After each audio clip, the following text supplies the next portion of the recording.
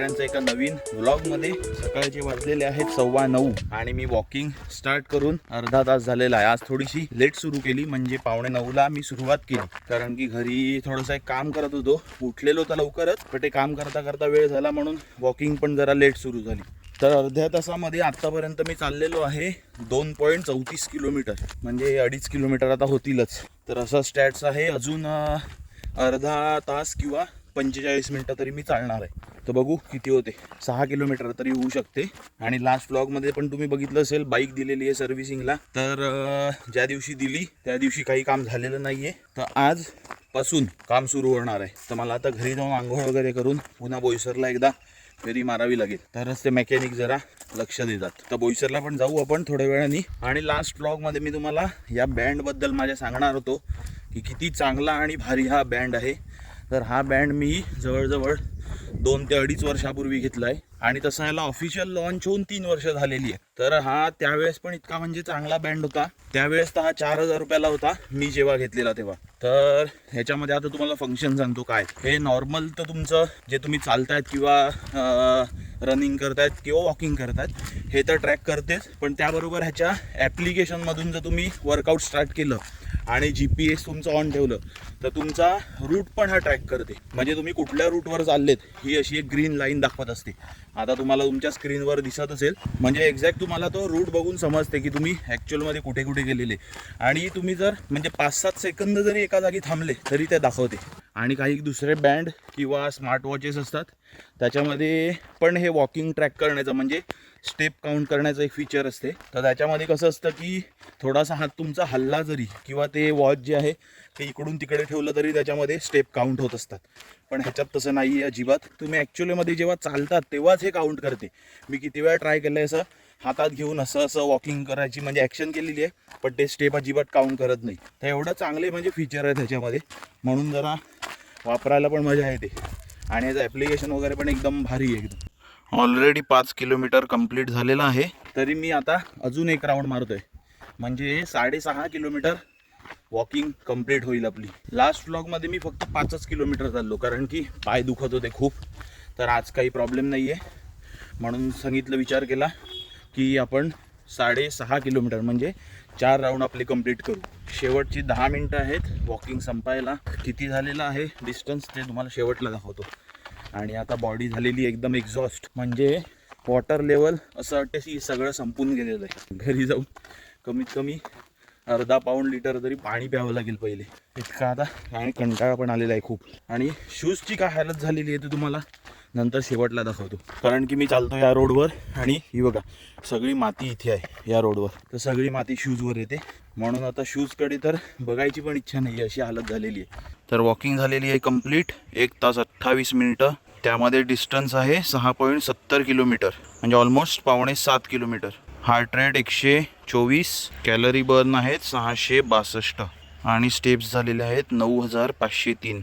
तर आता पूर्ण थकलेलो आहे।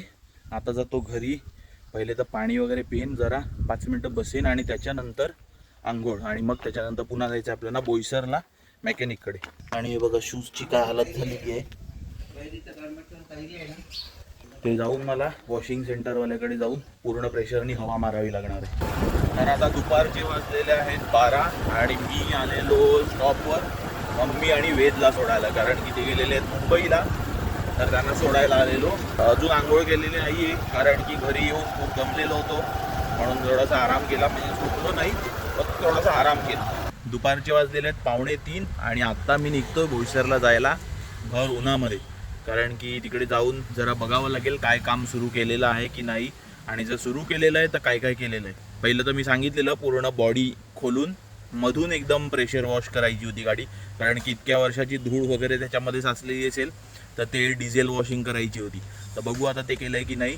दुपारी निघण्यामागे 2 गोष्टी आहेत, एक चांगली गोष्ट आहे आणि एक वाईट गोष्ट आहे। वाईट म्हणजे वाईट नाही आहे ॲक्च्युली, कंटाळवाणी गोष्ट आहे। कंटाळवाणी गोष्ट अशी आहे की या भर उन्हामध्ये जावं लागते, आणि चांगली गोष्ट अशी आहे की जरा ॲक्टिवनेस राहतो बाहेर गेल्यानंतर। घरी असल्यावर काय थोडासा आळस येतो, झोप वगैरे येते। शक्यतो मी झोपत नाही, पण कधीतरी झोप आली का मग कंट्रोल होत नाही, आणि दुपारची जर झोप लागली तर 2-2.5 तासाची झोप असते ती, आणि ती म्हणजे एकदम विचित्र झोप असते. आणि संध्याकाळी झोपून उठल्यानंतर डोकेदुखी, त्याच्यानंतर ॲसिडिटी हे सगळं चालू होते, कारण की दुपारचं जेवलेलं असतो आपण, ते जिरत नाही आणि तसंच झोपल्यानंतर अजून वाट लागते. म्हणून जरा चांगलं आहे दुपारी बाहेर पडल्यानंतर जे जेवलेलं आहे ते पण जिरते. आणि दुपारी निघण्यामागचं कारण हेच होतं की मला जेवल्यानंतर निघायचं होतं, म्हणजे जाऊन जरा आपण इकडे तिकडे फिरणार, तर ते जेवण पण जरा जिरून जाईल. तर आता निघू आणि जाऊ बोईसरला.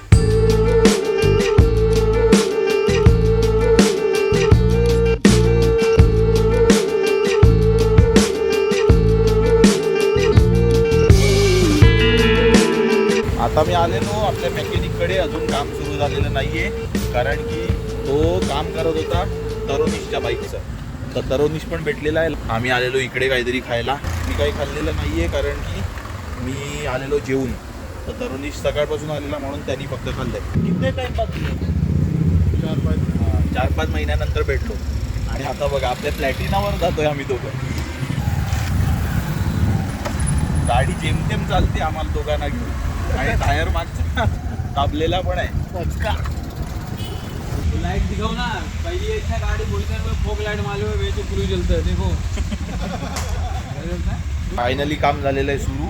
सीट खोललेलं आहे सध्या तरी. त्याच्यानंतर टाकी लवकर नाही खोलणार आहेत, हे सगळं खोललं जाणार आहे. हेडलाईट हे सगळं, फॉग लाईट पण. चल आता आलेलो आहे मी घरी, कारण की तिथून निघालो तेव्हा काही ब्लॉग केला नाही आणि डायरेक्ट घरी आलो. आता वाजलेले आहेत संध्याकाळचे 7. आणि मी तुम्हाला मागच्या ब्लॉगमध्ये सांगितलेलं मी एक अजून शूज मागवलेले आहेत वॉकिंगसाठी, तर ते आज आलेले आहेत. ते आपण आता अनबॉक्सिंग करूया. हे बघा, हे शूज आलेले आहेत ॲमेझॉनवरून. तर आता ओपन करून बघू कसे आहेत ते. जर आवडले नाही तर परत पाठवू, कारण की मी हे जास्त बघितले नाही आणि पटकन घाईमध्ये मागवले. आणि नंतर मला कळलं जे मी शूज मागवलेत ते लॉन्च होऊन 2 वर्ष ऑलरेडी झालेली आहेत, म्हणजे थोडंसं जुनं पॅटर्न आहे. तर बघू, जर नाही आवडले तर रिटर्न करून टाकू. हे बघा शूज, आपले नवीन शूज आलेले आहेत. दिसायला तर चांगले दिसत आहेत. आता मी जरा घालून बघतो, घरामध्ये जरा वॉकिंग करून बघतो कसे वाटत आहेत ते. म्हणजे चांगले जरा कम्फर्टेबल वाटले पाहिजेत, कारण की माहिती आहेत माझे जे मी आता घालतो ते एकदम कम्फर्टेबल नाही आहेत. म्हणून आता जरा बघू हे कसे वाटतात. ज्याची भीती होती तेच झालं. शूज काय बरोबर फिट आले नाही आणि एवढे काय खास पण वाटले नाही मला कम्फर्ट वाईज. तर आता ते रिटर्न करावेच लागतील. एक्सचेंजचा प्लॅन होता, पण विचार केला एवढे काय ते खास वाटत नाही ऑलरेडी, कारण की मी 1300-1350 रुपयाचे घेतले ते. तर ते पुन्हा तसेच येतील, म्हणून एवढे काय अर्थ नाहीये पुन्हा तेच मागवून. तर विचार करतोय की बोईसरला जाऊन शॉपमध्ये एखाद्या तिकडे जाऊन प्रॉपर बसून सगळं फिट चेक करून नंतरच घेऊ. थोडेसे 200 रुपये एक्स्ट्रा गेले तरी चालतील, पण तिथूनच आता घ्यावे लागतील. आता मी माझ्या या दुसऱ्या हेल्मेटला एक इकडे चीनवर हेल्मेटच्या मोटो व्लॉगिंगचा माउंट लावतोय. हे बघा, इथे लावायचा आहे मला तो मोटो व्लॉगिंगचा माउंट. हा बघा, तो असा असतो, असा दिसतो तो. आणि ते लावणार आहे मी एमसीलच्या मदतीने. ते एमसील पण आणलेलं आहे. ते 2 ह्याच्यामध्ये काहीतरी ट्यूब असतात, एक ब्लॅक आणि व्हाईट. तर ते दोन्ही मिक्स करून तिकडे लावावं लागेल आणि मग त्याच्यावर तो माउंट लावायला लागेल. तर तो रात्रभर सुकून सकाळी एकदम मस्त कडक होईल. म्हणजे आता तुम्हाला आपल्या या हेल्मेटमुळे पण मोटो व्लॉगिंग बघायला मिळेल. एवढे दिवस तुम्हाला मोटो व्लॉगिंग वगैरे व्लॉगमध्ये दिसत नव्हती. ॲक्च्युली माझ्या त्या दुसऱ्या हेल्मेटला तो मोटो व्लॉगिंगचं माउंट आहे, तिकडे लागू शकते सगळं. पण ते हेल्मेट एकदम खराब झालेलं आहे, मी ते वापरतच नाहीये. म्हणून आता हे हेल्मेट माझं रेग्युलर असते. तर ह्या हेल्मेटला चीनला मी आता तो नवीन माउंट लावतो. म्हणजे येणाऱ्या नेक्स्ट ब्लॉगपासून तुम्हाला मोटो व्लॉगिंग पण बघायला मिळेल. हे बघा, अशा प्रकारे एमसीलनी हे चिटकवलेलं आहे मी. हे बघा, आता हे रात्रभर सुकवावं लागेल तरच ते चांगलं एकदम मजबूत होईल. म्हणजे कमीत कमी 12 तास तरी द्यावे लागतात एमसील सुकायला, तेव्हा ते चांगलं कडक होते. आणि फक्त उरलंय ती आता माईकची प्लेसमेंट. ते जरा मला थोडंसं बघावं लागेल, कारण की त्या जुन्या हेल्मेटमध्ये सगळं वायर वगैरे म्हणजे अख्खं जाळं आहे वायरीचं. तर ते काढून ह्याच्यामध्ये मला सेट करावं लागेल, तेव्हा ते सगळं मोटो व्लॉगिंगचं सेटअप होईल. आणि आता चहा पण घेतोय विदाऊट शुगर आपला नेहमीचा. तर आता वाजलेले 9:30 आणि मी बसलोय जेवायला. तर आजच्या जेवणामध्ये काय आहे ते तुम्हाला आता दाखवतो. सगळ्यात पहिले पोळी, त्याच्यानंतर सलाडमध्ये काकडी आणि गाजर, त्याच्यानंतर ही आहे भेंडीची भाजी आणि ही आहे आपल्या शिमला मिरचीची भाजी. तर असं जेवण आहे. तर हे जेवणार आणि पुन्हा जाणार वॉकिंगला. म्हणजे कमीत कमी 1 ते 1.5 किलोमीटर किंवा 2 किलोमीटरच्या आसपास वॉकिंग होईल. म्हणजे आमचा जो स्टॉप आहे घरापासून, तिकडून जाऊन आल्यानंतर 1.5-2 किलोमीटर वॉकिंग होते. तर एक फेरी मारली की एकदम पुरेसं आहे. तर आता हा ब्लॉग पण आपण इथेच संपवूया. तर हा ब्लॉग जर तुम्हाला आवडला असेल तर व्हिडिओला लाईक करा, शेअर करा आणि चॅनलच्या सपोर्टसाठी सबस्क्राईब करा आणि बेल आयकॉन पण जरूर प्रेस करा, तरच तुम्हाला माझ्या नेक्स्ट व्हिडिओचे नोटिफिकेशन येईल. तर हा ब्लॉग आपण इथेच संपवूया आणि भेटूया नेक्स्ट ब्लॉगमध्ये. तोपर्यंत कीप रायडिंग, स्टे सेफ.